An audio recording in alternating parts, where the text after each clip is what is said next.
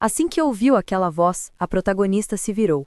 Achou estranho alguém chamar a família dela de minha família querida, e o pior, estava olhando na direção da família Atlanti. Além do mais, a protagonista notou que aquela garota se parecia bastante com a Sylvia original. Não demorou para todos começarem a comentar que aquela sim era a verdadeira Sylvia e que a outra era a impostora disfarçada. No entanto, a garota chegou pedindo sinceras desculpas, dizendo que ainda não tinha se apresentado. Tinha um sorriso forçado para dizer quem ela era, porém foi interrompida. Cedric não queria saber quem aquela garota era, queria que ela apenas começasse a se comportar e saísse da frente dele. A garota ficou pasma e colocou a mão no rosto como se estivesse profundamente magoada. A protagonista gostou daquilo. Aquele era o Cedric que ela conhecia, o mesmo Cedric que a tratou muito mal no começo e agora estava usando a língua afiada para protegê-la. Tudo estava muito estranho. Todos notavam que a relação deles era estranha e várias pessoas estavam observando, mas ele mesmo assim prontificou-se em defendê-la. Sylvia também notou que Cedric estava bastante confiante naquele dia. Graças a ele, ela se sentia um pouco menos nervosa. No entanto, a garota não parou por aí. Começou a tremer e a fazer uma ceninha, pedindo desculpas ao irmão por tê-lo incomodado. O problema é que Cedric estava em seu limite e pediu à garota que parasse de chamá-lo de irmão sem sequer saber quem ela era. No entanto, teve que lidar com várias pessoas dizendo que ele era muito sem coração. Como podia ser tão cruel com uma garota tão jovem? A garota, fingindo estar bem, falava para todo mundo que não precisava defendê-la. Ela estava importunando o irmão e ele estava certo em repreendê-la. Por isso, curvou-se segurando seu vestido e disse que iria se apresentar. Contou que seu nome era Lila, e quando fez isso, reverenciou a família Atlanti. Falava que, devido às circunstâncias pessoais, não poderia expor o nome da família dela, por isso falaria apenas o primeiro nome. Ficou quieta ao ver que todos começaram as fofocas e rumores habituais, dizendo que aquela garota deveria ser a original e que a outra mulher estava se passando por Sylvia. A estranha oportunista olhou para trás como se quisesse desafiar pessoalmente Sylvia e ousou encará-la nos olhos. No entanto, Daniel saiu novamente em defesa da irmã.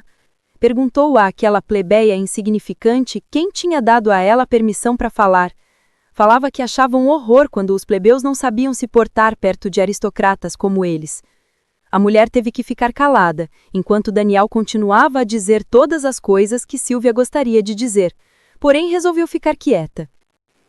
O fato é que Sylvia ficou muito tempo sem sair ou participar de eventos, portanto, Daniel sabia que aquele dia era mais que especial e não queria que ela fosse importunada por uma plebeia. Pediu a ela que se afastasse. Iria deixar aquela insolente passar ilesa daquela vez, mas que não se acostumasse. Irene também correu para dar seu apoio à irmã. Pedia a ela que ficasse calma. Nada que aquela oportunista estava falando iria abalar a família Atlanti.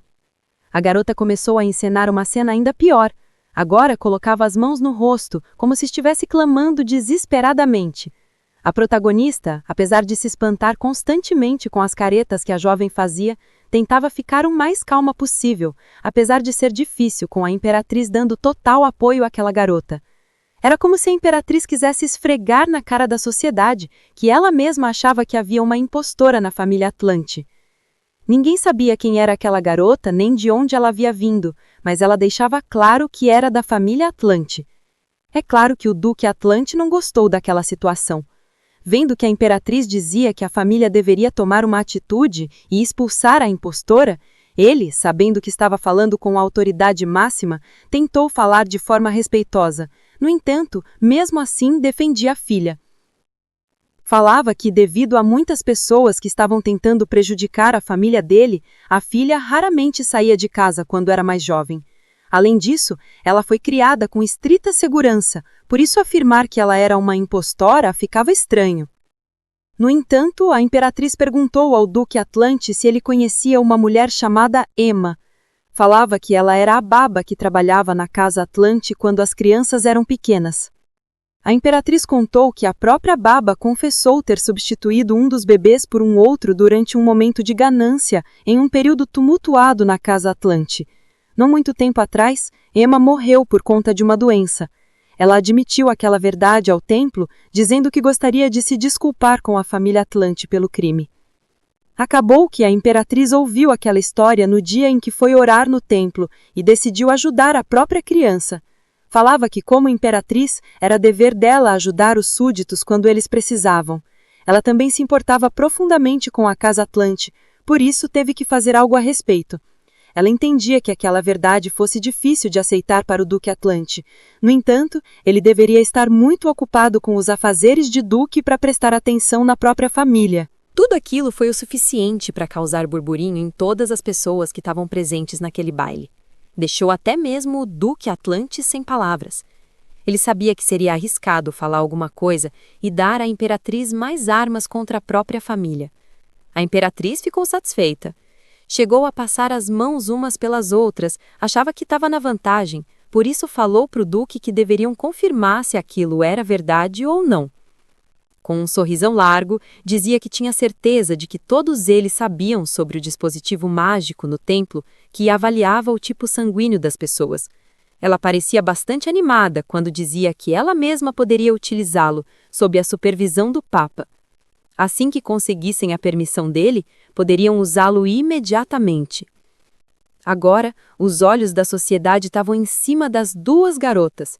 A protagonista, que sempre foi mal vista e que ultimamente andavam dizendo que tinha pacto com os cultistas, e a pobre Lila, que havia sido rejeitada pelos pais e sequestrada pela babá. Silvia não podia acreditar no que estava passando. Depois de tanto tempo, agora tinha que suportar os planos mesquinhos daquela imperatriz. Tudo o que pode fazer foi cerrar fortemente os punhos enquanto segurava seu vestido. No entanto, a imperatriz precisou escutar a voz da duquesa, que agradeceu pela sugestão. No entanto, dispensava, dizendo que não era necessário. Não importava quem falasse, ela sabia que aquela jovem era sua filha verdadeira, Silvia Atlante. Concordar com aquilo seria apenas ferir o sentimento da filha. Com aquelas palavras, a protagonista sentiu que estava tendo o apoio incondicional de toda a sua família. Mesmo assim, era difícil para os Atlantes sair das garras da argilosa imperatriz que dizia que, com tudo que havia passado com a duquesa e aquele sono profundo de mais de 14 anos, não tinha como ela saber quem era quem. A duquesa ficou insatisfeita ao ouvir a imperatriz falar que ela havia passado anos longe de todos os filhos e por isso não era uma pessoa competente para opinar. A imperatriz insistia que, por causa dela, tudo o que a família Atlante fez foi em torno de esperar que um dia talvez a duquesa finalmente acordasse, e toda a vergonha passada na família era por culpa da duquesa. A duquesa ficou irritada. Achava que mesmo sendo a imperatriz, ela não poderia ir tão longe e falar tantas grosserias, ainda mais em público. Vendo que sua duquesa estava alterada, o Duque Atlante não teve outra saída. Precisava intervir antes que a imperatriz pudesse acusar a duquesa de traição. Disse que ele mesmo faria o pedido ao templo. É claro, não estava duvidando da filha, e sim protegendo toda a família.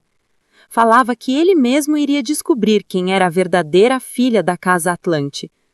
Naquele momento, de rompante, a duquesa achou a atitude do marido fria. Achava que ele devia ficar do lado dos filhos, como sempre havia feito antes. Nem mesmo a protagonista notou que o pai estava fazendo tudo para proteger Silvia Atlante. Pois se eles continuassem debatendo com a imperatriz, a família toda poderia ser acusada de traição. Passado aquele momento constrangedor durante o baile, que simplesmente serviu de armadilha para a família Atlante, todos estavam novamente na mansão. Ana, a empregada da família, continuava a fazer seus serviços. No entanto, encontrou uma caixa de tonalidade violeta e ficou curiosa para saber o que tinha dentro. Parecia algo bem antigo. No entanto, foi surpreendida por Lila, que rapidamente colocou a mão sobre a dela para segurar aquele pote. Falava com a empregada que tinha certeza de que ela já estava exausta de cuidar da propriedade principal. Por isso, desculpava-se e pedia a ela que descansasse um pouco. Poderia deixar que ela mesma desempacotasse as próprias coisas. Depois, com um docinho nas mãos, pediu à empregada que se deliciasse um pouco. Ela merecia por todo o trabalho duro. Ana misteriosamente ficou deslumbrada com a simpatia daquela nova pessoa. Achava que aquela mulher era simplesmente amável e delicada. O problema é que Ana era empregada pessoal da senhorita Silvia e, como conclusão das investidas da imperatriz, a família Atlante precisou levar Lila para a mansão. E não demorou muito para Silvia Atlante chegar e ver aquela cena onde sua empregada estava derretida de amores pela rival. Ela falou com Ana que, daquela forma, parecia que ela estava tratando uma plebeia como se fosse a verdadeira aristocrata. Queria explicações. Por que uma plebeia estava chamando outra de senhorita? Que coisa interessante de se ver logo pela manhã. Sem saber o que a havia levado a fazer aquelas coisas, a empregada ficou trêmula. Pedia perdão à senhorita Silvia. Não sabia o que a levou a cometer tal ato. Silvia sabia que as coisas ficariam difíceis assim que tiveram a obrigação de levar a Lila para a propriedade Atlante. Na ocasião, a duquesa negou-se fortemente. Dizia que Lila não tinha qualquer relação com aquela família. No entanto, a própria protagonista precisou intervir.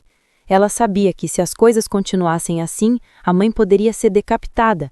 Apesar de serem aristocratas e terem uma posição alta na sociedade, não poderiam ir contra a imperatriz, ainda mais com tantas pessoas vendo. Por isso, a protagonista pediu à mãe que se acalmasse. Não poderiam continuar protestando contra a família imperial. Se fizessem, poderiam ser todos executados.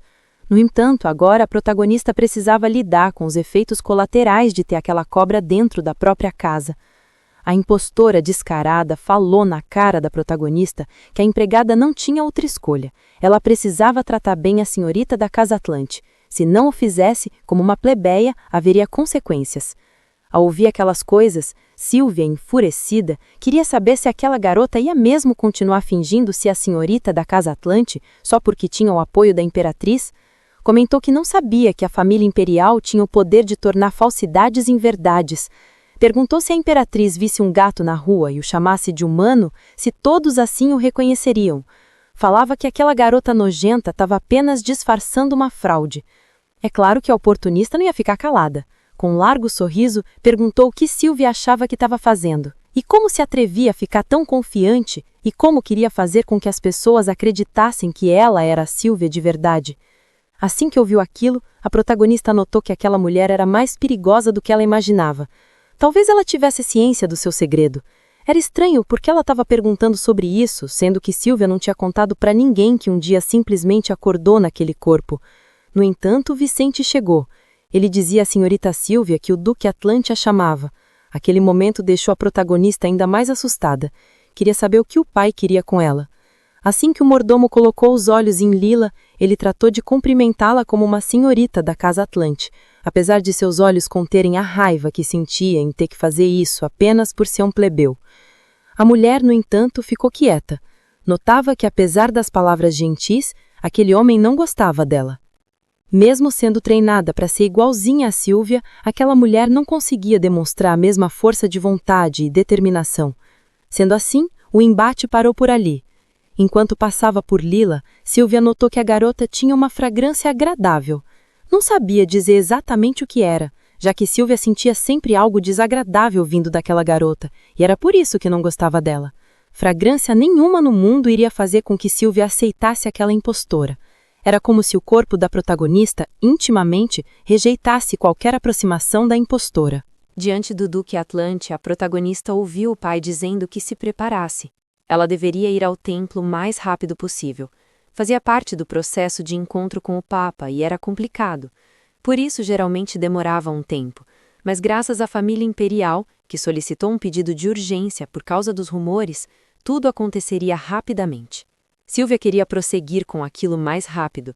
Talvez achasse que fosse por já desconfiar dela há algum tempo, ou talvez só estivesse tentando lidar com aquela situação prontamente para não botar em perigo a reputação da Casa Atlante.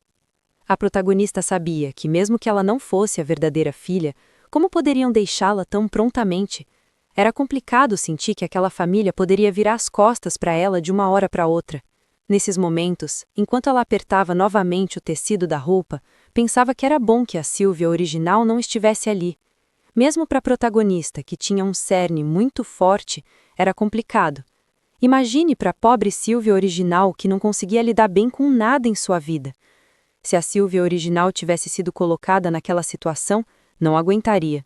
Teria novamente virado as costas para o mundo, ou até mesmo sido consumida pela dor. Enquanto pensava isso, Escutou o Duque Atlante dizer que era bom, na verdade, que Lila estivesse hospedada na casa dele, então não poderia deixar a presença dela incomodá-la de forma alguma. No entanto, a protagonista não conseguia entender claramente o que o Duque queria dizer com aquelas palavras. É claro que ele nunca foi bom com expressões e nem com sentimentos, e por isso a protagonista ficava em dúvida se ele realmente estava do lado daquela impostora. Se fosse ver por esse lado, era difícil, pois aquela também era uma impostora, mas assim que ela ouviu o pai chamar Lila de inimigo, fez alguma coisa florescer dentro dela. O Duque deixou claro que no final nada mudaria. Deveriam apenas provar ao mundo que Sylvia era filha deles o mais rápido possível. Só então poderiam punir aquela pessoa maldita. Não importava quem eles fossem, quem tentasse prejudicar um Atlante não seria perdoado, mesmo que fosse a própria imperatriz. Sylvia ficou de olhos arregalados, meio pasma. Não achava que o Duque Atlante pudesse fazer algo tão extremo para protegê-la. Com os olhos fechados e movendo as mãos por certa aflição, o Duque contava que a duquesa havia o repreendido. Ela havia dito que ele precisava explicar a intenção por trás das ações, para que Sylvia não tivesse a impressão de estar sendo abandonada. Por isso, ele deixava claro para ela que, de forma alguma, nenhum deles chegara a duvidar da autenticidade de Sylvia, já que a própria duquesa a reconheceu com a força do amor de uma mãe. No entanto, Sylvia começou a sorrir. Achava engraçado escutar o Duque contando que foi repreendido pela duquesa. Naquele momento sentiu seu coração aconchegado. Sabia que a Sylvia original, estivesse onde estivesse, poderia simplesmente ficar calma e em paz, pois ela estava sendo verdadeiramente amada. Ao sair do escritório do pai, notou que havia um mortim. Todas as empregadas estavam ao redor da impostora. Era como se todas elas tivessem aceitado fácil demais aquela mulher. E Sylvia, só de ver o sorriso falso nojento na cara de Lila, ficava com raiva. Sabia que ela tinha aparecido repentinamente na vida deles, mas isso nunca aconteceu no passado. Tinha a sensação de que era apenas um escândalo bobo. Mesmo que ela fizesse a vida de Sylvia e mudasse seu passado, nada nunca iria acontecer de tão trágico. Sylvia finalmente se tornou próxima de sua família, e a protagonista jamais aceitaria que Lila rompesse aqueles vínculos tão importantes com a família Atlante. Longe daquele local, Ken, o informante de Sylvia, estava esperando por ela, já que ela havia avisado que precisaria dos serviços dele. Assim que a viu chegando, ele ficou satisfeito. Sempre gostava da presença de Sylvia. Parecia que ele sentia um afeto único, uma vontade extrema de sempre estar perto dela. Por isso, carinhosamente chamava de sua cliente VIP. Ela estava ali e contava que se apresentou a ele porque queria contratá-lo para um trabalho. Pagaria 5 vezes o valor normal, por isso precisava que ele procurasse por alguém. O nome da pessoa é Lila. Ela afirmava que era a verdadeira filha da casa Atlante e que havia sido trocada com a protagonista no nascimento. Contava como a garota havia se tornado uma pedra no sapato de Sylvia. Por isso a protagonista precisava do auxílio de Ken.